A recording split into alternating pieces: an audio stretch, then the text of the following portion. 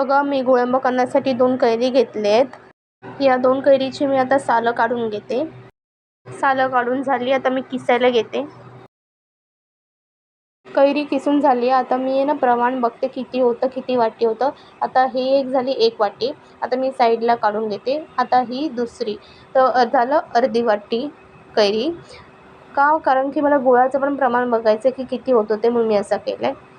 हे बघा, आता मी गुळाची पावडर घेतली आहे. 1.5 वाटी गुळाची पावडर घेणार. ही झाली 1 वाटी आणि आता घेते अर्धी वाटी. मग झाली 1.5 वाटी गूळ.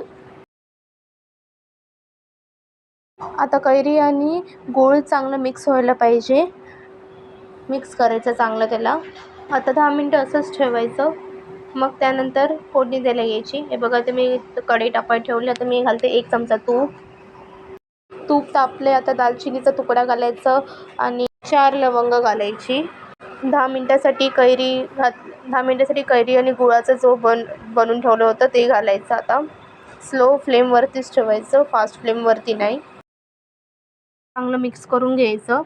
स्लो फ्लेमवरती थोड्या वेळाचं शिजवून ठेवायचं. आता थोडंसं मीठ घालायचं बोटाने, एकदम चिमूटभर.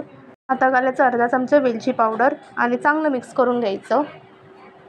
हे बघा पाक रेडी झाला आहे. ह्याचा अर्थ गुळंबा झाला आहे. आता गॅस बंद करून घेते आणि सर्व करून दाखवते. हे बघा, गुळंबा रेडी झाला आहे. अशा छान छान रेसिपीज बघण्यासाठी सानियाज किचनला लाईक, शेअर, सबस्क्राईब करा. इतरांनाही शेअर करा रेसिपी. चला भेटू पुढच्या रेसिपीला. बाय.